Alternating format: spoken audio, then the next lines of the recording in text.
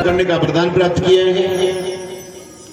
महाराज उत्तानपाद के एक पत्नी जिसका नाम सुनीति है, बहुत काल बीत गए, घर में कोई संतान नहीं, राजा दुखी रहने लगे, क्या किया जाए। महारानी सुनीति ने पूछा, स्वामी क्या बात है। राजा ने कहा, देवी कुछ नहीं। सुनीति समझ गई, महाराज मैं भी आपकी वृत्तियों को पढ़ रही हूं, आपको चिंता है घर में कोई संतान नहीं है, हो सकता है मेरे गर्भ से कोई संतान न होने वाली हो, आप कृपा करें दूसरा विवाह कर ले, हो सकता है उसके द्वारा कोई संतान हो। के ले जाती है। राज्य का उत्तराधिकारी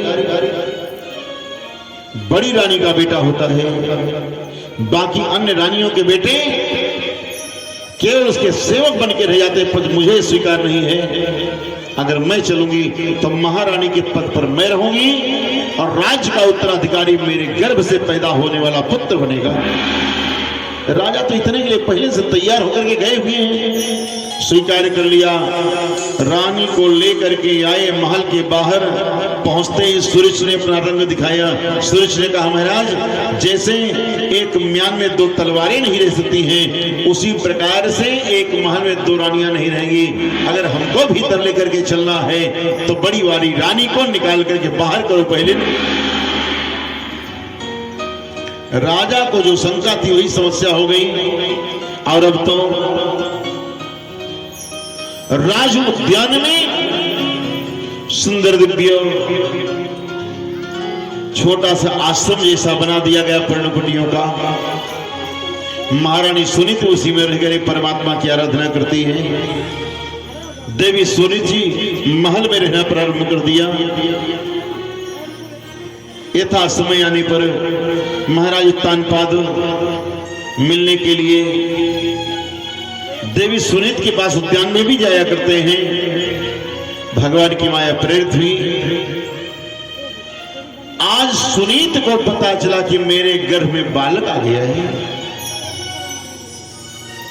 महाराज उत्तानपाद को आज बताया, स्वामी मेरे अंदर गर्भ है। अब राजा की चिंता और बढ़ गई। राजधर्म के अनुसार राजा का बड़ा बेटा ही राज्य का उत्तराधिकारी होता है। अब क्या होगा? फिर राजा ने सोचा, चलो देखा जाएगा, समय चुनाव अपने अपना करता है। न कंबुना पस्पर्श बालम सहसा कपोले। भगवान ने अपने संपूर्ण वेद में शंख को आगे बढ़ाया, बालक ध्रुव के कपोल पर स्पर्श करवा दिया।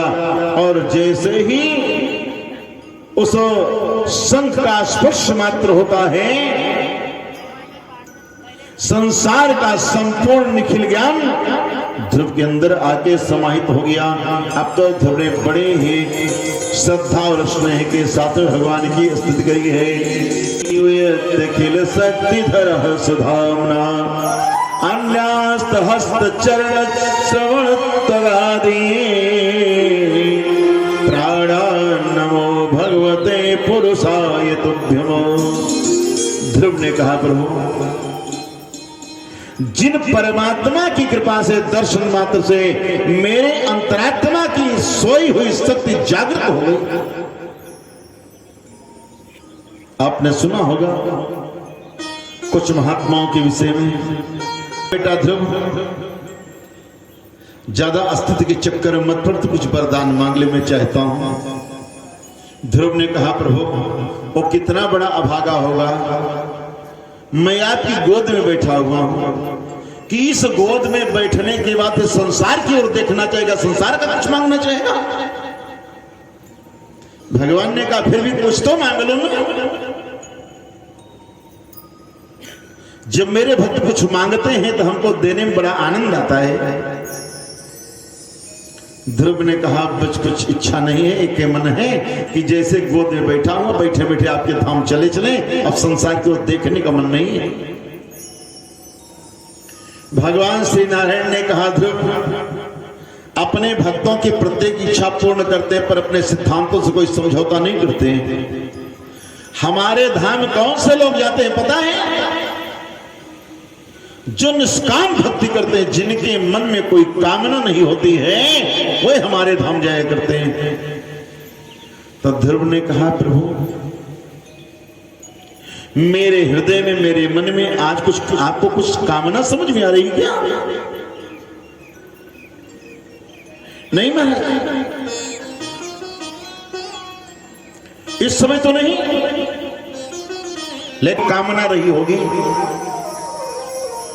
इसलिए मेरा वरदान है, तुम पृथ्वी पर जाओ, 36,000 वर्षों तक पृथ्वी का शासन करो, और उसके बाद मेरे ही दिव्य धाम में एक किनारे तुम्हारा ध्रुवलोक बनेगा, तो वहीं पर रह करके आनंद के साथ विचरण करोगे। मैं प्रतिदिन तुमको वहां पर दर्शन देने आया करूंगा।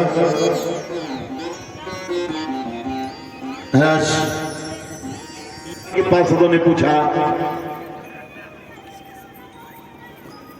यमराज के दूतों ने कहा, वेद प्रणहितो धर्मः ह्यधर्मस्तद विपर्ययः, वेदो नारायणो साक्षात स्वयं भूर्ति सुश्रुमा।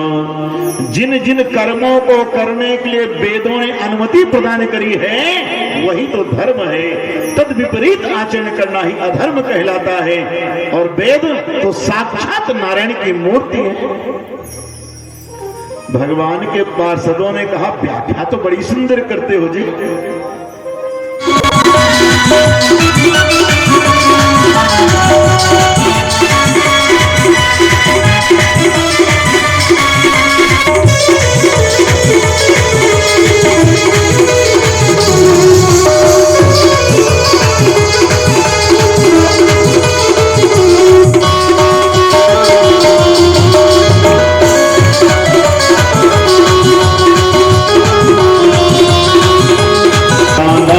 सीत लगेगी जो काना तो सीत लगेगी, जो काना तो सीत लगेगी, जो काना तो सीत लगेगी, जो काना तो सीत लगेगी,